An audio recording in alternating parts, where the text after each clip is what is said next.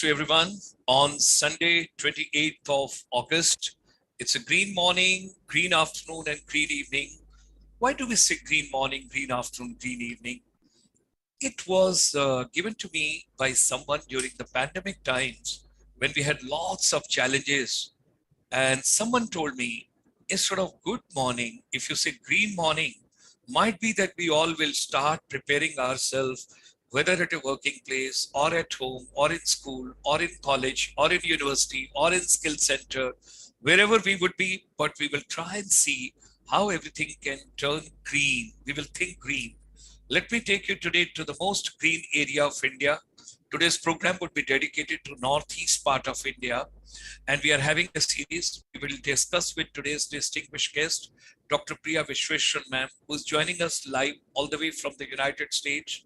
And the title, as you all know, every Sunday, we have got NRIs for Indian Education and Skills. And today we are going to focus on digital teacher coach. And you have got a neuro coach, which madam has wellness coach we have discussed in the past. Today we'll be talking about digital teacher coach. While sitting in India, you can have services exports, you can physically travel abroad, different areas are there. We will take that into consideration.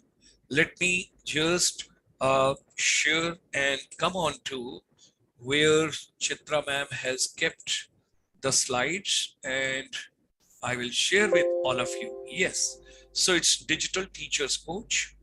Yes, today's evening is dedicated to Northeast India. Northeast India is calling all of us. During the visit of Dr. PRIYA ma'am to India, we would certainly request her to take a trip to Northeast part. Arunachal Pradesh, Nagaland, Manipur, Mizoram, Tripura, Meghalaya, Assam, Sikkim.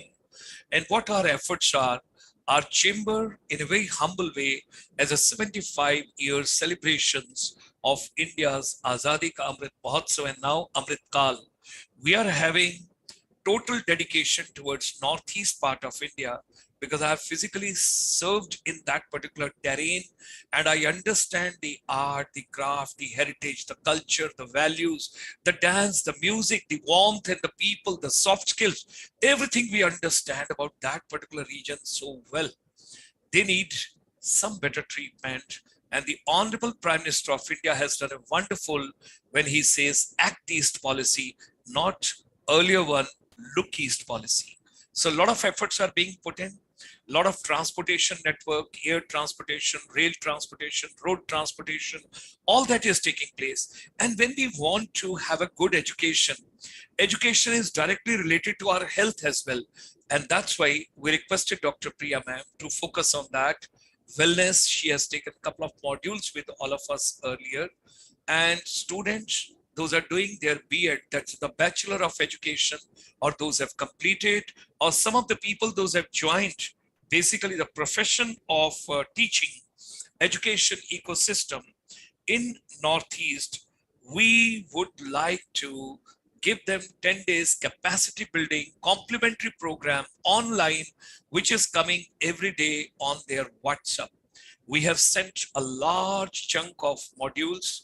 There's a complete canvas which we have painted for the last 7 days, 3 more days on 31st. Once again, when we have the closing ceremony, we would request Dr. PRIYA to come and pep up all the youngsters so that they all can be there. We are a link between India and approximately 32 million Indian diaspora. Those are abroad. It is a confluence of the non-resident Indian corporate and the government interface. So ladies and gentlemen, whatever your mind can conceive and believe, it can achieve. Let's come together.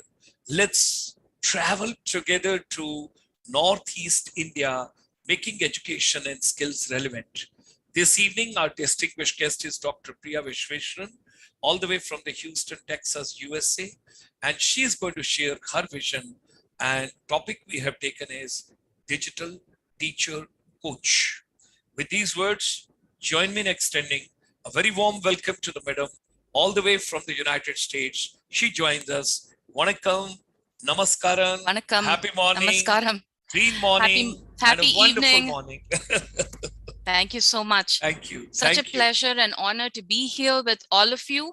And thank you very much, Major Dr. Gulshan Sharma ji and Dr. Chitra Kumar ji. You have always been so kind and so supportive of me. And I want to extend my apologies for missing our session last week. And I'm so grateful to have this opportunity to talk to our brothers and sisters in Northeast India. So thank you very much, Major Dr. Gulshan Sharma ji. Thank you very much, Chitra ji.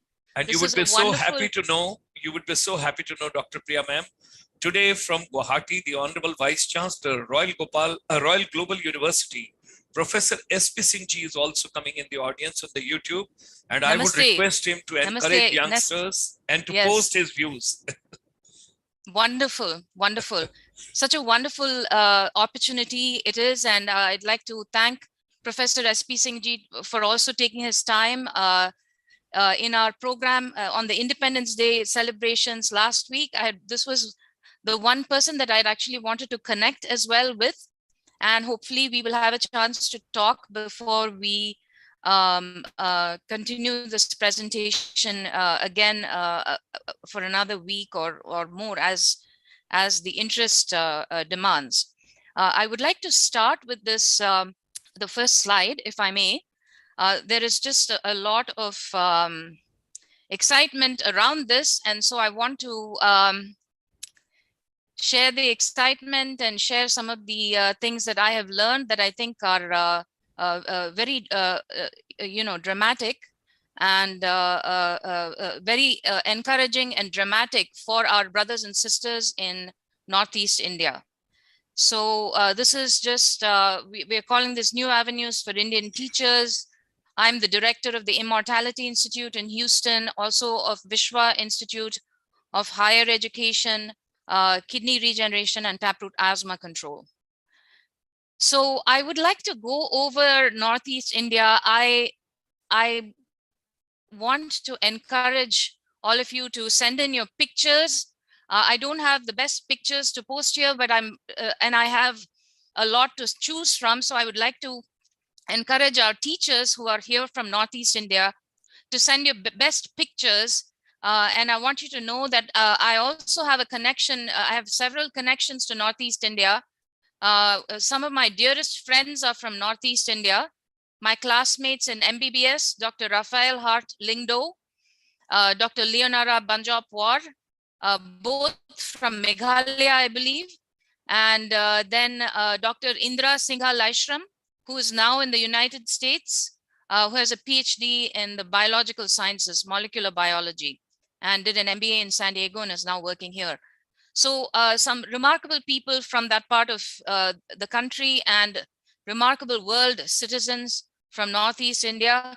So it is my honor and privilege and pleasure to share with you that there is actually a website called Northeast Region, and these are the things that they are listing as what they are famous for. So I took these from that website, but I also want to share with you, my mother lived in Guwahati many, many years ago when her father worked for Indian Railways.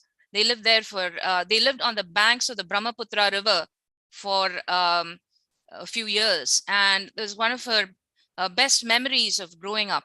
So correct me if any of these is wrong, please.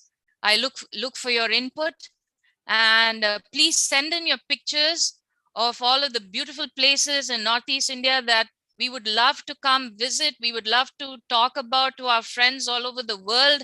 We would love to bring our friends, and we would love to have you over with us when you visit here. So we are lucky and privileged to have this connection, and we feel so grateful to have our brothers and sisters and our sisters and brothers in Northeast India. I'm told that Karang village is India's first cashless island. Mavi Lenong is the cleanest village in Asia. This has got a lot of press. Everybody in the world knows about this village. They also wrote that the whole of Northeast is dowry free. And this may be partly in some areas because of the matriarchal system. And there is a small sort of family connection here that I would like to share, if I may, please. Major Dr. Gulshan Sharma ji. My mother's grandfather's grandfather was Sir T. Muthuswami Iyer, who was the first Indian High Court judge under the British. And he was the one who allowed, he actually wrote the law that made the matriarchal systems of family be equivalent to the patriarchal systems of family. He was raised, his mother was a very young widow. So when he was only 2 years old, I believe his father died. And so his mother was the one who raised him as a single mother. And so he not only favored remarriage of women who were widowed, which was sort of frowned upon in those days in the 1800s.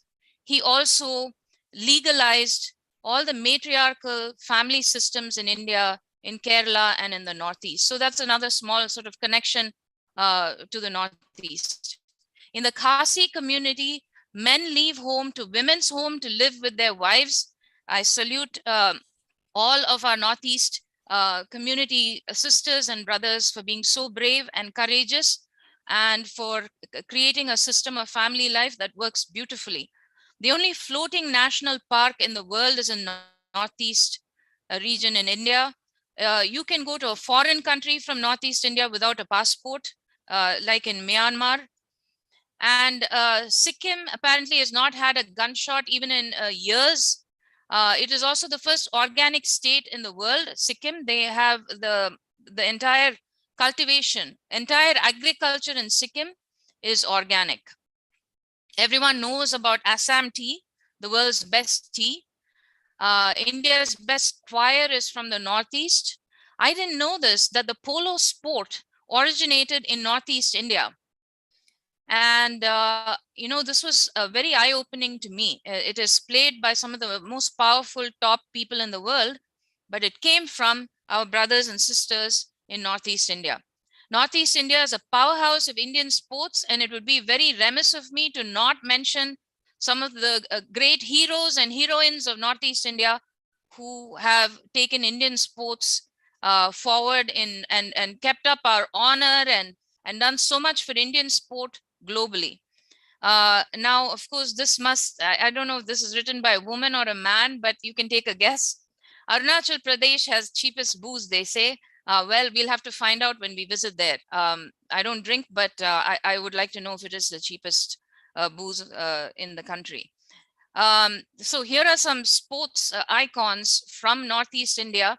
Mary Kom, Dinko Singh, Kunjarani Devi, Sarita Devi, Sanjita Chanu, Devendra Singh, Mirabai Chanu.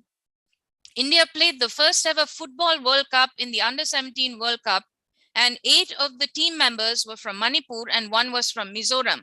So you can imagine what a gigantic contribution to Indian sports the Northeast area actually is. In 1999, Manipur held the national games, and that is the only well-established infrastructure apparently it has until now. And using that, it has produced many, many quality players. Haima Das shocked the world by winning the 400-meter race in the 2018 Asian Games in Jakarta, Indonesia. Deepa Karmakar is one of only 5 women who have successfully landed the Prodonova in gymnastics. And I'm sure there's many, many more incredible accomplishments, not only in sports. As I've mentioned to you, there are 3 doctors from the Northeast region, they're MDs. Dr. Leonora Banjapwar is a very highly regarded psychiatrist in Canada.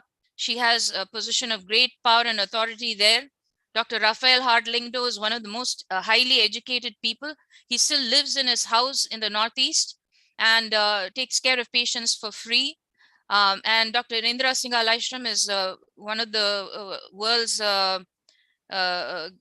greatest known molecular biologists, and she also knows the business side of biotechnology. So it's not just sports, it's in intellectual contribution, it's in the contribution of your spirit to the growth of India and to the well-being of India and for the recognition of India on a global stage that we salute you. Thank you for being so wonderful to us. Thank you for forgiving us for the past 70 years of perhaps indifferent acknowledgement. And thank you for giving us a chance to move into the future with your full and ever increasing, ever growing participation in all of our lives. Thank you. So the other thing is, Northeast India is a mini India in terms of diversity. Manipur hoisted the Indian tricolor for the first time in the entire country after defeating British India by the Indian National Army. All Northeast states have international boundaries, which makes it very important for national security of India. Majuli is the world's largest river island. Mawsynram is the rainiest place in the world. I thought it was Cherrapunji. I learned that new thing today. And then there are the living wood bridges I thought they were in Meghalaya, but it says Cherrapunji here. So this is from that website. Here are some of the agendas that we were going to go over, but they're sort of in mixed order, but we're going to talk about, first, I want to ask you, you are teachers, you have the full education or you're about to graduate from your programs. I would like to know and find out from you, what is it that you want to learn about the teaching profession? What is it that you would like to learn about? What do you want to know about from us? And while you're answering this question, I would request respectfully Major Dr. Gulshan Sharma-ji and Dr. Chitra Kumar-ji to kindly fill me in on those responses so that I can make sure that I address all of our teachers' concerns or questions or curiosity, interest, what they're curious about. I would like to address all of those things as much as I'm able to with my current knowledge.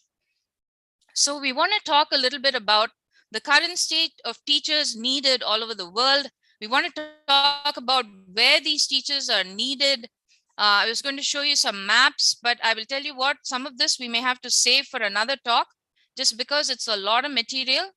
And I'm here to just share with you what I have that is currently going to take up a bit of time, and it is going to be of a tremendous amount of interest to you.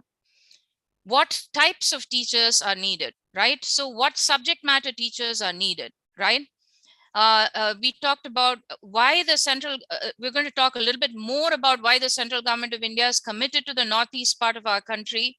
And another time we will talk about the glorious teaching and student traditions of Northeast India, and the investment plans of the central government and other foreign countries for Northeast India that our government has arranged for and is creating in order to create opportunities for growth in Northeast India. So we'll also talk a little bit about what is coaching and how it is different from teaching.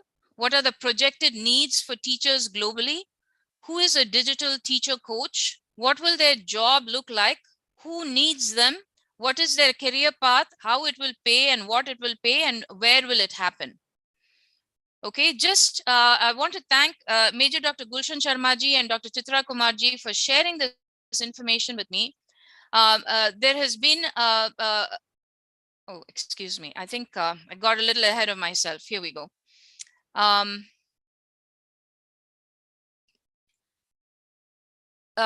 Japan and India signed a memorandum of understanding in 2017, and Japan is wanting 3 lakh Indian interns to be sent to Japan by this year. So far, 54 have gone, and it is supposed to help develop skills among youth. And for Japan, what they get is a labor force that's youthful. That's an aging country. Japanese country, I mean, the country of Japan, their growth rate is a negative because for every 2 old people, there's only 1 young person. It's a shrinking country in terms of their growth rate, in terms of the population growth rate. So they need young people. And they want people in areas in which they may not have strength, like IT and teaching. So in 2017, the Union Skill Development Ministry had started a technical intern training program in association with the Republic of Japan. And the minister at the time, Sri Dharmendra Pradhan, had said that in the next 3 to 5 years, which is by this year, about 3 lakh Indian youth will be provided internships in Japan. And of these, 50,000 of them will get employed in Japan itself. Now, we will, Major Dr. Gulshan Sharma-ji and Dr. Chitra Kumar-ji are working with the central government to make this happen. And we would like our teachers as well to go from teachers from the Northeast to go as interns to Japan. And to that end, we are having some discussions. And when we later on in this presentation, I will share with you what areas our teachers can be useful to the students and the people of Japan. And so it will increase to 59 by the end of August 2019. So maybe it's a little bit more now. And the National Skill Development Council has given these figures to this journal called The Print. Okay, that is where this articles that they shared with me. And that is a source of this information. So 3 lakh people they're needing in Japan for helping their youth, helping their older people. The skill sets could be everything from healthcare to it could be coaching the students in multiple areas. It could be to IT workers, and the best ones Japan themselves want to keep, right? So that is the beauty of this. Now we all know that there are 2 distinct jobs called teaching and coaching, right? And I don't want to give you a definition of each job, because I think a definition for such a general term is very restrictive. But I want to share with you the differences in the 2 professions. So the teachers, for them, the focus is on the completion of the delivery of a certain content, whether it's syllabus or curriculum. They have to cover this portion in this class. If they've missed a class, then they have to double up and cover it, or they have to give problems from 3 or 4 sources. If it's mathematics, whatever it is, right? So the focus is on the completion of the delivery of the content, right? Whereas for coaches, the focus is on getting the person to the next level of performance in their journey to their destination of choice, to every next level, right? So that coaching journey does not end when they get to the next level. It goes on with them to the next level and to the next level and so on, right? In teaching, usually they will give you theoretical scenarios that you could encounter in different situations, right? So, for example, in mathematics, right? They may show you, a faraway palm tree or coconut tree, and they may tell you calculate the height if the distance between you and the tree is so much, and they'll give you another structure, the height of another structure that may be further away, that is a well-known structure. And they say, so calculate the height of this tree, okay? So that is a theoretical problem, right? Whereas in coaching, they'll be guided through actual practical life situations and will learn how to make their own decisions. So a coach might take a student out to the real life, and they'll say, measure it and come up with an equation that links the height of this coconut tree to the angle at which you're seeing and to the distance between you and the tree. So there's a big difference here between that and this. And in India, most of the time, you'll even see that they won't give maybe real life situations. They'll give you the triangle picture and they will tell you to calculate the length, right? And that's part of our curriculum. Then there's nothing wrong with that. It's a very solid, strong, solid foundation. So I just want to mention that. Now with teachers, there is an end goal and a time frame within which the content is delivered, right? So they have a term or semester, and they have to get this whole textbook covered or their whole printed notes covered. And they have so many hours of time. Let's say they have 50 hours in which they have to teach you everything about integration, differentiation, whatever it is, right? So there is an end goal and a time frame within which this content is delivered. But coaching is limitless in scope and unending in time frame to achieve, because when they get to the next level, then they need to get to the next level. Then they need to get to the next level, because if you allow a person to expand into their fullest potential and their fullest purpose for their birth and their destiny, then that continuous lifelong learning will never cease, right? And the coach is there to hold the hand of their student or their fellow traveler and take them up every next level, right? So that's a big difference in and those are some, and then I'm going to share some more, right? Teaching someone implies that there may or may not be prior knowledge, right? So you don't assume that there is prior knowledge when you're teaching somebody, right? But when you're coaching, there is actually a foundation of knowledge upon which coaching can help them build. So you can assume that they know a few things, and this is the basis or the foundation on which you're going to add more layers And a lot of the time, coaching is going inside, right? Fixing the inner architecture, or as Sadhguruji says, inner engineering, right? So then teaching is a one-sided directive instructional conversation, usually by the teacher to the student, right? It's not typically a bi-directional thing, whereas coaching is a two-way, ongoing, non-directive, live, interactive session, right? Teaching is focused on the acquisition of new knowledge and skills. Coaching is focused on the refining and development of these new knowledge and skills. Teaching places ownership and responsibility on the teacher or the person with the knowledge. Coaching changes the conversation about developing their role further. It's not solely the coach's responsibility. The student has to take all the steps to come, a lot of the steps to come forward. The coach will say, hey, what do you think you can do? Like I have a coach, right? We should have coaches our entire lifelong. I have more than one coach, right? But the one coach that I'm working with right now, every Sunday I've decided to talk with him, starting last Sunday. And he said, where is your particular issue? And I said, it's in this particular taproot asthma control. It's with lead generation. We're offering a comprehensive service. We need people to know that this is what we're doing, right? So he says, well, what do you think is the best place to put your information? And I said, okay, it's Facebook. Then he said, I agree with you. You should start a group for parents of children with asthma. I said, I already have a group. Then he said, how are you getting people in there? I said, I don't know. That's what I'm asking you about. So then he said, okay, well, have you been to other groups of parents with children with asthma? And I said, yes, I'm a member of almost all the groups of parents whose children have asthma, and I have posted in some of them. He said, I want you to get on those groups every day and post every day in response to the questions and the trouble that people are having. So I have done that all of this last week. And then he said, change your, under your name on Facebook, what you have as your description, put there as asthma coach, or link to your Facebook group on parents of children with asthma. So I did that too. So coach sort of sees what is missing, and they can advise you with their superior knowledge because they've trained so many people, or they have some backup. What are the things that you can do? And so a coach is more like a friend who knows a lot more. But there are obviously ethical and professional boundaries with that. They're not a friend who will go drinking with you, but they're a friend who will tell you what you're missing in your picture of what you need to do to get to that next level of performance.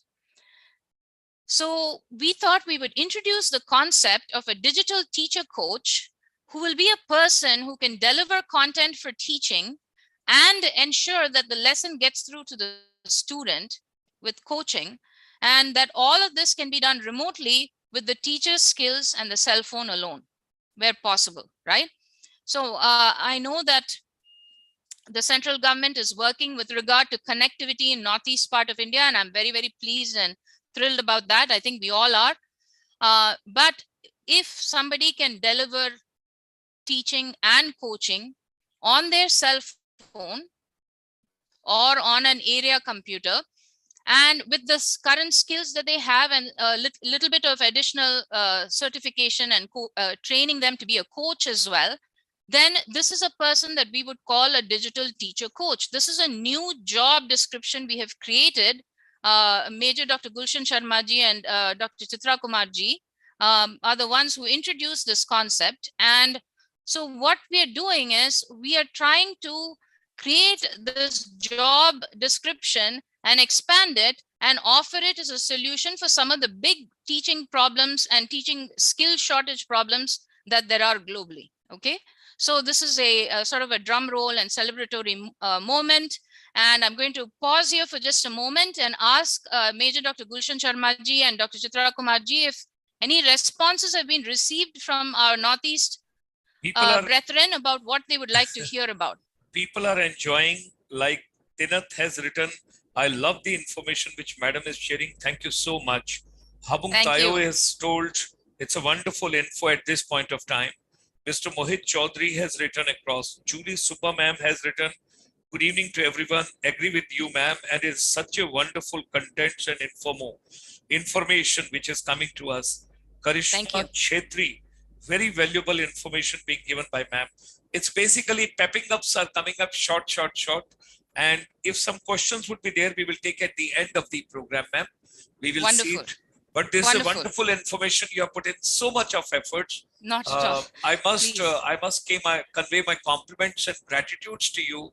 You have made it so colorful and so interesting. Thank you. Please go ahead. Not at all. I'm waiting for them to send pictures of their Northeast India to us. Our next presentation, I want to put all your pictures and your questions should be answered. We want our Northeast sisters and brothers' questions to be answered. We want you to submit what you want to hear about, what you want to learn about, what you're curious about, and what you're wondering about. We want to answer all your questions and we want to be your resource. We want to provide you with an e-library of all, contact for any content that you need about how you can grow in your path, your chosen career profession path as teacher. We want to be your go-to content. Professor S.P. Singh, ma'am, he has posted the comments. The Honorable Vice Chancellor of the Royal Global University, he's telling, mentoring and inspiring along with guiding and coaching is also important. Absolutely. Absolutely. Completely agree, Professor Singh. I'm so grateful that you added that wonderful comment. There are some slight additional things that a mentor does also. Coach is more on our level. Mentor is almost on a level that has transcended anything that we can maybe aspire to at this stage of our level of awareness or knowledge. Absolutely, I could not agree more that a coach, a teacher is definitely a person who will become a mentor along the way. And thank you so much, Professor Singh ji. We're so grateful to you for being here and for guiding us. We're so delighted to have you. You have no idea. It's just such a source of thrill for us. Wonderful. Thank you. There's a lady, PRIYA Chakrabarti. She's writing, but we will take at the end. What if some teachers are not digitally equipped and financially not very sound to handle equipment? How to become efficient teacher in such case? We will take it up at the end of the program. I have addressed it, and so I'm looking. Yes, sir. Absolutely. Looking forward to sharing what all we are willing to do to make it possible for you to practice your profession within a worry-free and safe and generously supported way, because you deserve that from all of us. And Major Dr. Gulshan Sharma ji has spearheaded this with the assistance of Dr. Chitra Kumar ji. They have literally taken this up as their life mission to make the teachers of Northeast India achieve their full potential and full career growth prospects and full income that they can generate and be fully rewarded for choosing this difficult, challenging, but also highly rewarding profession. And why I say difficult is because a lot of times you don't see the results of the labor and the efforts that you put into students for many, many years. It could be 10 years, it could be 20 years. And there may be only one student in a class of 60 or 100 who may remember you and come back every year or give you updates every year, or 20 years later get in touch with you and say, ma'am, it's because of your class in biology. It's because of the project. I will tell you a story. My biology teacher in high school, Srimati Gomati Krishnamachari, was a fantastic biology teacher. She taught us, I remember she had all the 100 students in the 3 sections of 10th standard in one room, and she taught us about human biology, reproductive system. That is a very brave thing for a lady to do, because as you know, there are a lot of jokes and, rockets and all that being thrown and all that. And this is a topic that is sensitive. And as a woman teacher, I would have kept those 3 groups separately rather than combine them into one big class. She said, in her mind, I can see now that she was thinking, bring it on, kiddos, come on, attack me when I'm teaching human reproductive system. I'm good, I can handle it. So she put all the 100 kids in one class. And I remember the one project that I did with her, which was dissecting out the cockroach salivary gland and seeing the effect of the amylase enzyme on the digestion of starch. And I'll never forget that, because she procured 200 cockroaches in a big plastic bag and gave the bag to me and taught me how to dissect the salivary gland from the cockroach. And to this day, if I'm today the director of the Immortality Institute and have made some breakthroughs in the understanding and carrying out of human biological immortality, I owe it largely to her. And yes, I plan on getting back to her and telling her that her impact and influence on my life has been immeasurable and invaluable. And the fact that I haven't done it is what makes her profession so difficult, that I haven't done it yet. So I wanted to talk about a little bit about the state of the teaching profession, the projected need, and some other really exciting and interesting things about the teaching profession, some of which you may already know. So there is a gigantic global need for teachers. This is gigantic. There is no question about it that the whole world is going to need a lot of teachers. So there are already close to 85 million teachers worldwide, 9.4 million teachers in pre-primary, 30 million in primary school, 18 in lower secondary school, and 14 in the upper secondary school. And 12.5 million, only 12.5 million teachers in tertiary education globally. Only 12.5 million teachers in tertiary education, right? That would be like bachelor's degree level, right? We're not taking into account master's and PhD degree level, how many teachers there are. It'd probably be no more than 2 to 3 million in the entire world, okay? So what the World Bank is saying is by 2030, an additional almost 69 million teachers will be needed to be recruited for primary and secondary school alone. 20 million to expand access to primary and secondary school, and 49 million to replace those who are leaving the workforce in the next 10 years. A lot of people are retiring. So when we lose one teacher who is 58 or 60 years old or 65 years old, and we bring in a new teacher who's 21 years old, we have replaced the number of one with the number of one. But what is it that we have lost, or what is it that we need to make up for? All of the years of experience in teaching, the knowledge that they had, and their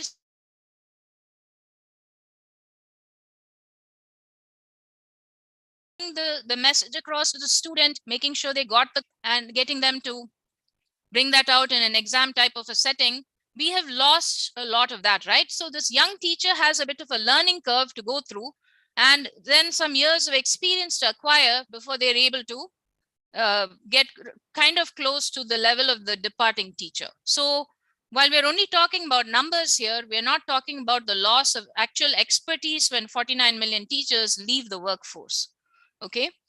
And in addition, the childcare workforce needs to expand by 32 million globally to address the childcare gap.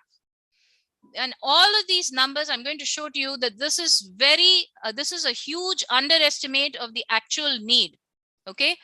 During the pandemic, 1 billion children went to school, but 670 million of those children could not write even a paragraph about themselves. And if you tell them here is 20 rupees, go and buy 2 bananas at the store, they don't know what the correct change is at the store to collect when they go pay the money. We are talking 2/3 of children who went to school could not do basic reading, writing, arithmetic to survive in the world, okay?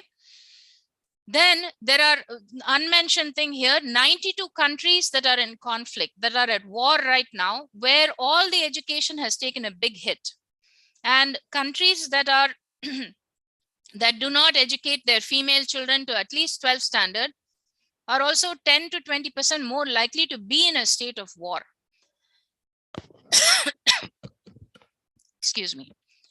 So the other thing is this teaching standards and qualifications are not the same across all the countries in the world, and that is impacting each country's workforce, right?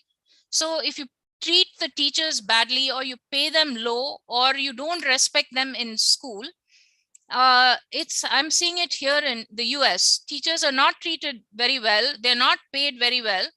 And they are, I mean, the parents and children are not taught to respect teachers here. It is not part of the culture here. I mean, good families will still do that, but the average family does not feel a pressure or need to do that. And that has affected the quality of the workforce here. It has hugely impacted adversely the quality of the workforce. Then because of the pandemic and because of so many teachers retiring early, there have been many relaxations done to many countries' teacher certification standards that may facilitate our working together with these countries who need teachers to create jobs for our teachers. We haven't explored this fully yet. I'm just putting down things that are being missed that are hugely expanding the window for employment for our teachers. And where teachers are needed, treated right, and how that contributes to each country's gross domestic product or the economy, the income that the country earns, right? So you can, I have many sources here, but teachers are treated the best in China and Malaysia. 1 in 5 children and adults does not speak English, which is spoken by 2 billion people.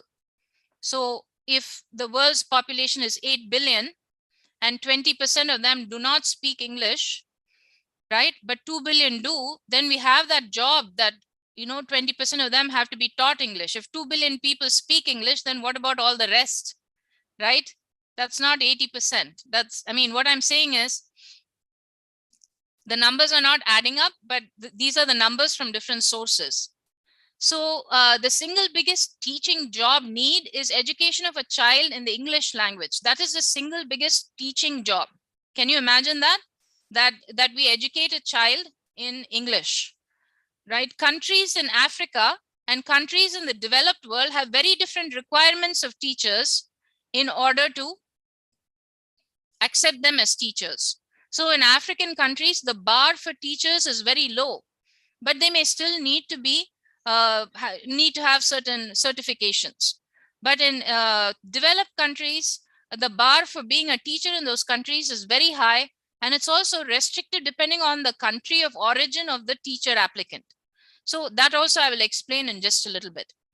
When we have design ideas, we will show them to you here for these, how we're going to work in all these different situations, right? Here in the United States, as I've mentioned previously, there is a need for 500,000 or 5 lakh teachers, 5 lakh teachers. And last night, Major Dr. Gulshan Sharmaji, I wrote to Mr. Nishit Acharya, again in the Clinton Global Initiative, to ask about whether he will work with us to get our teachers placed in all countries, including here. And then I also have connections with 2 other people, a teacher in Florida and a teacher in Ohio, who is running charter schools for 7,000 children. And the teacher in Florida said they have an acute shortage of teachers. She will look at anything that we bring to the table. She's somebody I met at the Clinton Global Initiative Ambassadors meeting. And the teacher in Ohio is somebody that will look at any support for his teachers. So we will add that with time as we get some information and data from them, and we're able to establish a platform of agreement with them. So here are the 3 possible, and there's actually many more. I'm just narrowing it down to just 3 that are obvious from the immediate studies that we've done. So the first one is the digital teacher coach. We are creating this pathway for enabling remote access to teachers from schools and countries globally who need teachers and who are finding an acute shortage of qualified teachers who meet all their criteria, including certifications. We can start in small positions and grow as our experience increases and the demand for our services increases, and there is a need for the type of service that we're offering, right? In this path, there is maximum potential for career growth and income potential also. And this path also gives maximum flexibility, time, and remuneration as needed by the individual. So it's a very customized, tailored pathway that you can create for yourself, and we will give you all the support you need to create this for yourself. Then We have teaching English as a foreign language. That is a separate type of job. The prospects globally are very good, but the standards globally are also very high. They do not count India as a native speaker of English language, so we need to overcome that barrier. For Indian teachers of English as a foreign language globally, more proficiency is required to be shown with the command of the language. So we just have to show that we are as good as the people from Ireland or Australia that speak English as a native language. There are training academies, and I've done a bit of research on this, so I'm just sharing the data with you. If somebody takes a course for $1,800 over 3 months or so, they can get certifications, and this can help them get online English teaching jobs abroad.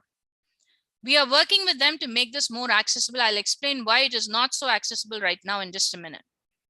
And then a third area which we think that our teachers can hugely contribute is what I call tele childcare. This is a big and new area of growth and development globally. And while very young children may need in-person care, like a childcare center or nanny at the home, if the parents are away at work, an online childcare provider service is something we are working on inaugurating for older children. So let's say they're 7, 8 years old or older, then the parent can potentially leave them at home, and we can set up a system for them so the children are safe. The children cannot leave if they, but they can in an emergency, and we'll set it up with the emergency services, with technology and all that. So this is a technological solution that we're working on creating. And whatever the parent needs, if they're at work, if the child needs to be helped with the homework or understanding the classwork that day, or even tutoring, depending on the expertise and experience of our teachers, we can match the need of the child and the parent with the availability of skills among our teachers. And this will not require any certification or travel or migrating or anything like that. But it's a very useful and helpful option that we can offer people, right? Here also, the potential for making higher income exists. So what I want to say is, no matter which path we choose to go into for a profession or a career, all three paths will pay very well. And I'm just about to share with you some of those details. So coming back a little bit to the Northeast Indian region, strengths, there's a World Bank report written by a gentleman by the name of Sri Thirumalai Srinivasan in 2019. And he said the key strengths offer rising opportunities for growth, including a comparative advantage in horticultural crops, a youthful, highly educated workforce with proficiency in English language skills. This is a huge aspect of why the Northeast region is going to grow exponentially. And high female labor force participation and strong service sector orientation. This is what Major Dr. Gulshan Sharma ji is highlighting to the world, that our children in the Northeast region of India are highly service oriented. They're wonderful human beings. They have a tremendous proficiency in English language. They're highly cultured, civilized, and very, very dependable, reliable, good, solid human beings. This is what he has been highlighting the entire time that I've known him and spoken with him. Every single time we have spoken, he has brought this to the fore. India's strategic shift east. So thank you for that, Major Dr. Gulshan Sharma ji. Thank you for repeatedly highlighting that. That message has gone home very, very well in my brain because of your repeatedly saying it every time we have met. The second point is India's strategic shift east in deepening trade relations with the Northeast region's neighbors, such as Bangladesh and the ASEAN countries, offers rising opportunities. Prime Minister Modi ji said in 2014, the Northeast in India will be made the gateway of Southeast Asia.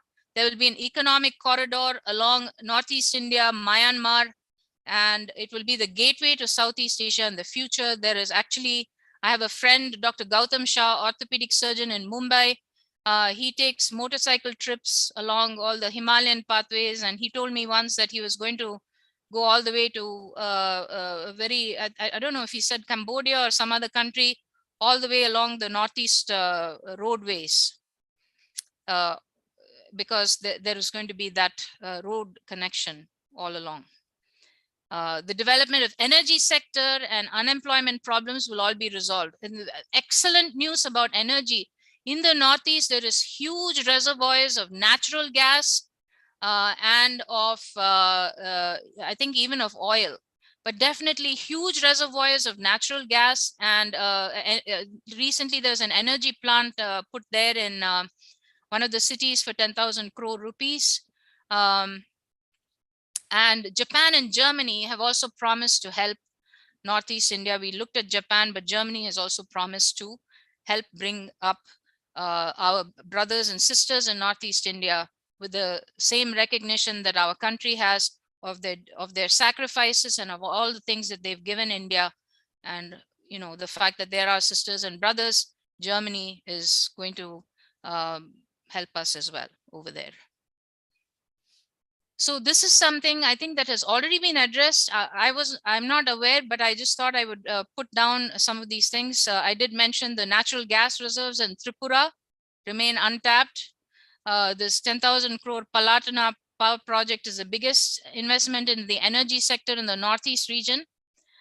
Tourism has a huge scope that does not exist in any other part, right? This Palatana power project is environmentally friendly, which is a hugely thoughtful and lovely detail there. I'm sure it cost a lot more money to make it environmentally friendly. It has found a place in the world in the protection of the environment. The first time that a prime minister has spent 3 days, and he has made the Look East into Act East policy, which Major Dr. Gulshan Sharma ji just mentioned. And Bangladesh said that they would cooperate with us to they will be buying, I guess, the energy and the power that the Northeast region will be generating.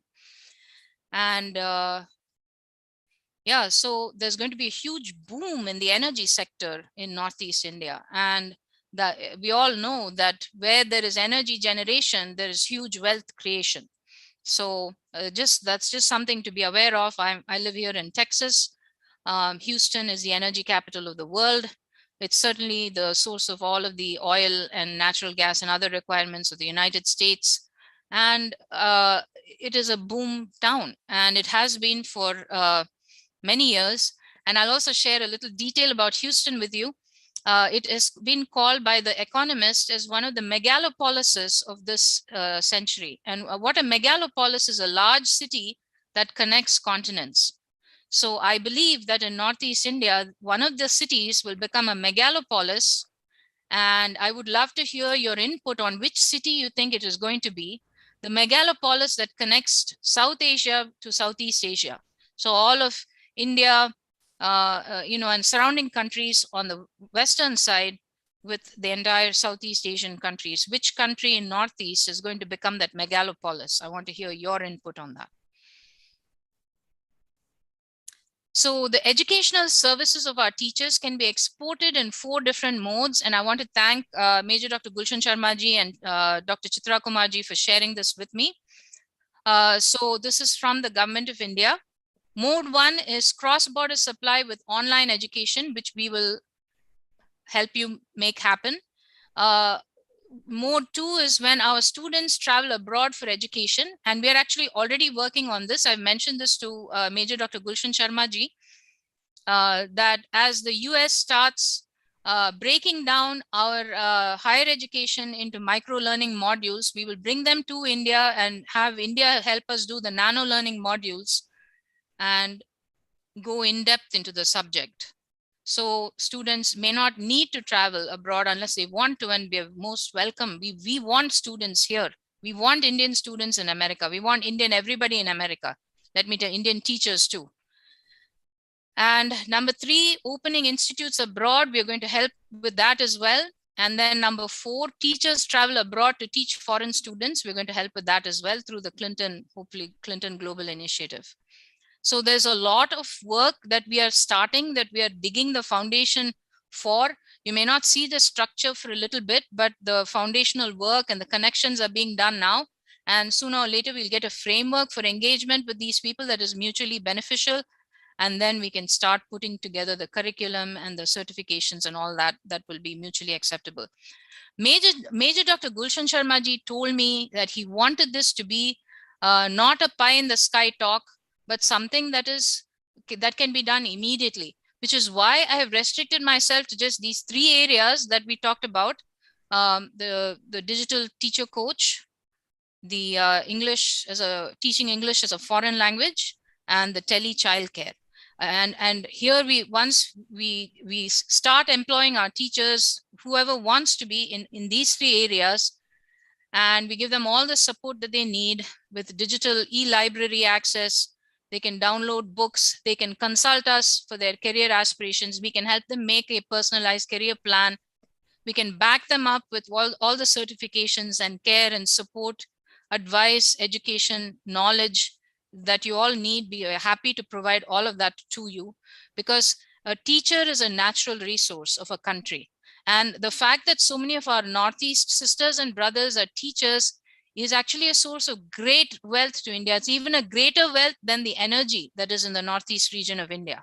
So we are determined that your genius comes to the front. It comes to the fore, that it can shine and show the world its full power and capacity, right? And we will support in whatever way you need support in order for your genius to emerge and shine. So what is the job of a digital teacher coach, right? They would impart supplemental learning to classroom learning, right? This is just kind of a rough job description, okay? They may work with parents and or teachers in school. They may work during school hours or during after school hours, right? They may work at different hours in different continents, including multiple continents and countries in one workday. So maybe the workday starts at 8 a.m. and 8 to 10, they're working with the US. Then 10 to 12, they're working with, some other country. I don't know. I'm just saying that their day could be where they're working in 5 2-hour blocks or 4 2-hour blocks, and each block is in a different continent or different country. Okay. And it could be during school hours, it could be after school hours. So there may be some schools where the students have to stay back late because they didn't do the homework and they're in detention, and the teacher has to leave. Then the teacher puts the online teacher in charge. Make sure that these 4 students have completed their homework, that they've submitted it, that while they're in the detention room for 2 hours, they're not talking, joking. If they finish the homework early, then they have to read a book until the period is complete. Okay, that's what the online teacher, digital teacher coach will do, right? So there are so many ways in which the digital teacher coach can support an existing teacher so that the existing teacher does not burn out and leave these jobs. And these jobs, support jobs, do not require the certifications and the politically charged sort of process of, visas and this and that, which we won't even talk about that because it is, to me, it's humiliating. I don't even want to talk about it. I've been through it, and yeah. So, but we have the heart to help people that need help, and you all have a much bigger heart than any of us. We want your heart to come out and shine. We want people to see your heart, right? So this will require digital access, and we will ensure this for you. With connectivity projects are going on. We can also work with universities and like Dr. Singhji, who's here, maybe local governments, public libraries. We can have them create small teaching pods where there's a computer, camera, and some sort of background, as depending on the teacher's thing, and they like a cell phone booth where they can come in and close themselves up and do their job through those pods or booths. And this is eminently doable, right? I would think so. The pay will range, and I've done a little bit of research. I've talked to actually some people, and I want to talk about this as well. The pay will range from $6 to $10 per hour, and can go up to as much as $20 per hour, depending on the country, the skills needed, and the experience of the candidate, right? So some countries value teachers a lot more. They pay really, really well. And actually China and Malaysia are there. And then some countries, they don't pay well. So that would just depend on the skills of the teacher, the country itself, and the experience of the teacher, right? So that is, and how did I come up with this figure? Yes, I've been talking to a local company where here in the US, and what they do is they hire college students to come back to the school and support the teachers in the classroom with their students. So these college students are young like yourselves, and they have just left. And what they do is something called college readiness mentoring, or CRM.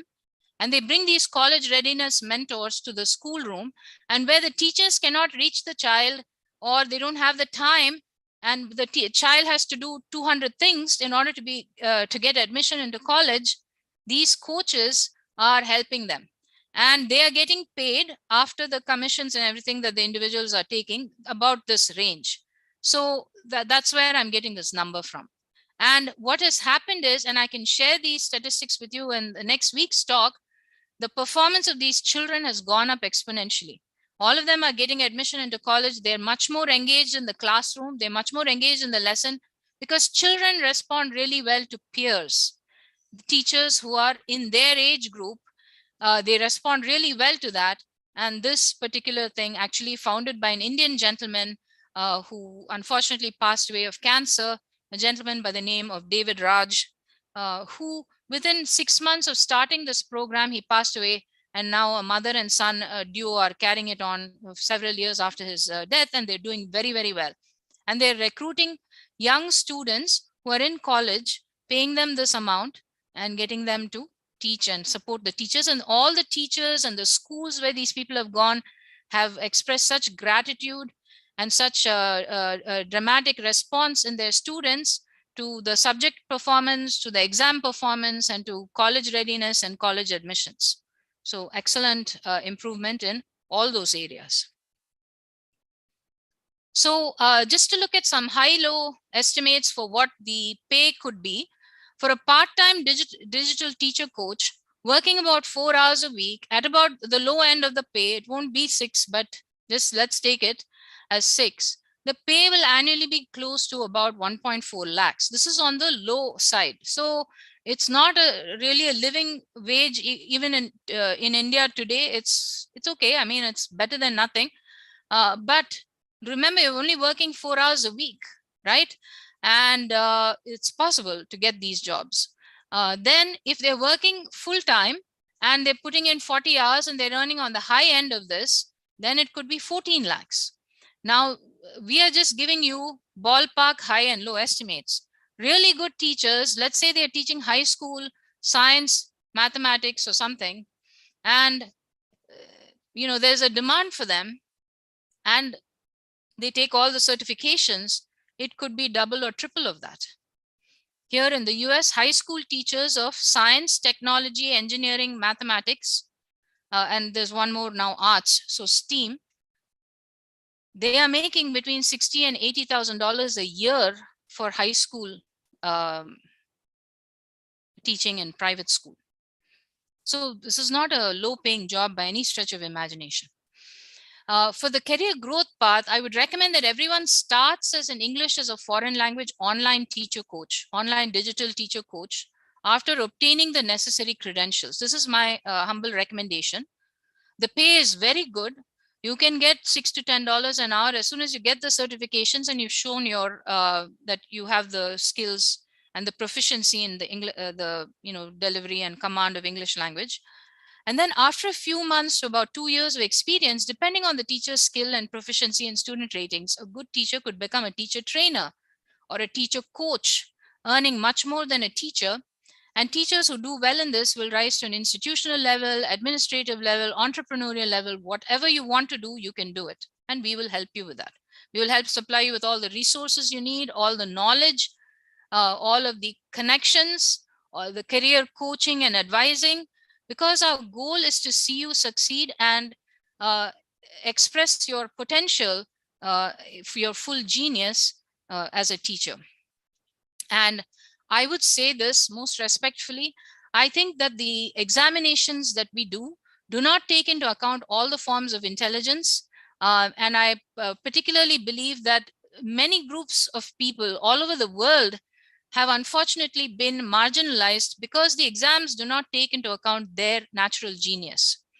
And so this is something that I believe is a travesty of justice, and that it will be rectified in due course of time, and that every kind of genius that a person brings to the table will have an opportunity to be recognized.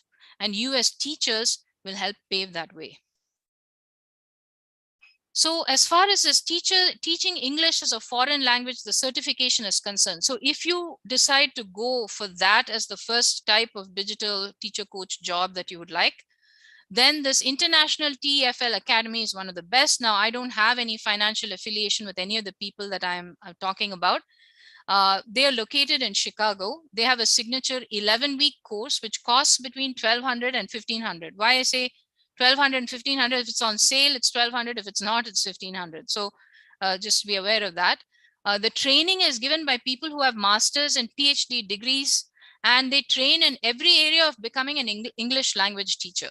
So for English as a foreign language, where India is considered as a foreign country, right? These other countries, if you're a citizen of UK, Australia, New Zealand, Ireland, Canada, US, and some others, they're considered native English speakers. And Indians are considered, myself included, by the way, I took a test of English as a foreign language to get into the United States.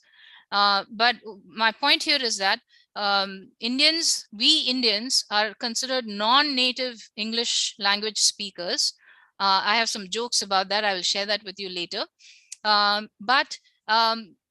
Yeah, we just have to show that we know the language, we can use it, we can command it, and we can speak with a good enough accent to be understood. Then there's a need. There are so many people, if you consider the immigrants in all these English language speaking countries, right? If you consider all the people in higher education in all the countries in the world that need access to English language literature, right? There's so much of English language teaching that is required. It's just a huge need all over the world. They provide a certificate at the end of it, and their Asia centers are only in Thailand and Cambodia, by the way. So we will be working with them to make it possible in India for our Northeast brethren first. How will we do this? Well, we will ask them if we can conduct these courses digitally. We first, being here in America, I can execute an agreement with them if that's what Major Dr. Gulshan Sharmaji and Dr. Chitra Kumarji will want me to do. We have not discussed this fully. And I was in the process of gathering these details. So whatever we decide, either we will ask for a center in India, or we will ask for Indians to have access to the training online, which they're doing online anyway. So we will ask for that. And then we will work to make their certification online via the US if they won't, which I don't think there'll be a problem there. And in fact, one of their teachers has given a very nice testimonial, and he lives in Uttar Pradesh in India. And I was going to show you that video too if we have time. And they recommend 1 or 4 or more specializations after the initial course, and we agree with their recommendation. And here are the further 2 weeks specializations that they recommend. So either foundations of English grammar, teaching English to young learners like young children, teaching business English, teaching English online, tutoring English, right? This will cost an additional $300. These part-time courses are all taught 100% online and can be taken anywhere in the world on virtually any device. And each of these courses will require 12 to 15 hours of studying and homework and all that. And so what they're saying is that 11-week course and this 2-week course, try not to do it at the same time, because you'll have 30 hours almost that you will do that. And then there's the money. So the money part is something we have to address as well. And that's why I said that if we execute a memorandum of understanding with them, we can work on the fees as well. And we can tell them, if we bring you so many students who are already teachers in India, well, why don't you give us a break in the price or something? And whatever, all the savings will be given to you. So that would be what we would work on, right? And yeah, so that's basically what I had wanted to share today. And I'm open to any and all questions. Sister, thank you very much. Thank you. Such a wonderful detailed elaborations what you have given over here. Thank you, sir. And Appreciate the opportunity. it's something And thank you. very, very detailed presentation. And you have put in a lot of efforts just to put the entire information back together in a shortest possible time. Thank Professor S.P. Singh, Vice Chancellor, Royal Global University, another comment has come. Respecting teachers by students, parents, and society will lead to enhancing education quality. Yes. That is again something very important. Absolutely. And Professor very Singhji, valuable yes. info what he I has couldn't given. agree more. Yes, and Julie Supa ma'am, who is coordinating with the students, she has mentioned another area. Great, that something is. These are all general comments of appreciation, what all you have covered in the program. Wonderful, Now, sir. Thank you. what comes to my mind over here, the four modes which you have given our services exposed so clearly, I'm pretty sure everybody must have understood it by this program. It is not you have to physically go abroad. Yes. You can sit in India, but yet you can work out in a way that you give teleservices, and Absolutely. it is as good as like we are talking on this particular webinar. Absolutely. Secondly, there might be a foreign company which opens an office in India and you work for them and you are being paid in foreign currency. That is also an export because you're being paid in foreign currency. Brilliant. Now, that is again something very important which we have to understand. And something new which everybody must appreciate today, what Madam has given is the four modes of services exports, where she has talked about cross-border trade, consumption abroad, commercial presence abroad, and then of course temporary movement of the people, the natural persons abroad for a short time, short engagement, but not a permanent residency abroad. So these four modes of services export once again is very important because Government of India has realized the potential of services sector, education being a part of services sector, and with education now skills are also there. And fortunately, the Honorable Prime Minister in expansion of his cabinet has made education minister skill minister also. So it means there is a realization that education and skills are inseparable. Absolutely. They are like a hand and glove, and they are integral part. That is something very important which we all have to understand and we all have to appreciate. Absolutely. Now coming on to something very important over here, what Madam has told that three different areas basically she has emphasized today. One is the digital teacher's coach. Second is learning English language. And then of course, she emphasized the child care and something new, very interesting, which she mentioned about tele-child care, like telemedicine, consultancy, everything. So tele-child care, what she mentioned, and particularly for the small kiddies up to 7 to 8 years of age, and where there can be a tutoring, there can be a helping children in all other their grooming aspects. And also she emphasized that Northeast India has got a strong services oriented leverage, which we have got. Absolutely. And people, those are interested to go abroad from the Northeast part of India, prepare for yourself. Only one thing in a very humble way I would like to mention over here. Yes, sir. We are not getting into any financial transactions or views or giving that kind of a, if anybody wants to join anywhere directly is fine. It is, if you're taking it that we are giving an information to you is fine. But at the same time, 12 to 1500 US dollar, if I take today's rate 79.97 rupee equivalent to each dollar. So if I'm taking 80 rupees, that comes to 96,000 rupees. That means almost 1 lakh of rupee. So when I'm taking that into consideration, that is, I've just calculated $1,200. And when I go to $1,500, it will be on the higher side. So what we would like to make a request to each one of you, the challenges we already know. Northeast India has got a low bandwidth. It has got connectivity issues. It has got Wi-Fi issues. It has got technical other kind of features what we require. At the same time, to bring those children at par with others, those are in metros, more privileged, better privileged, whatever term we want to use in English, we can. Our basic efforts from the chamber is, today also we have done 2 complimentary modules for all of you, those are interested. Please go through. 2 hours back, we have done the program. One was basically research component in education. And secondly, we have done the importance of content writing for teachers, why it is important in education ecosystem. Yesterday, we have done a great about 45-minute session for you. And I wish to share with all of you, Monday and Tuesday, tomorrow and day after tomorrow, all of you, those have joined, we'll be having 2 days. Chitra Kapoor ma'am will be sending you all the details. She'll send you complimentary whatever is there on your WhatsApp in your own time, at your own pace, at your own place, with your own zeal, with your own passion. You know, whatever you feel like, enjoy. Everything is free of cost. We would also extend a very hearty and a very warm welcome to Madam on Wednesday when we have the closing address around 8 p.m.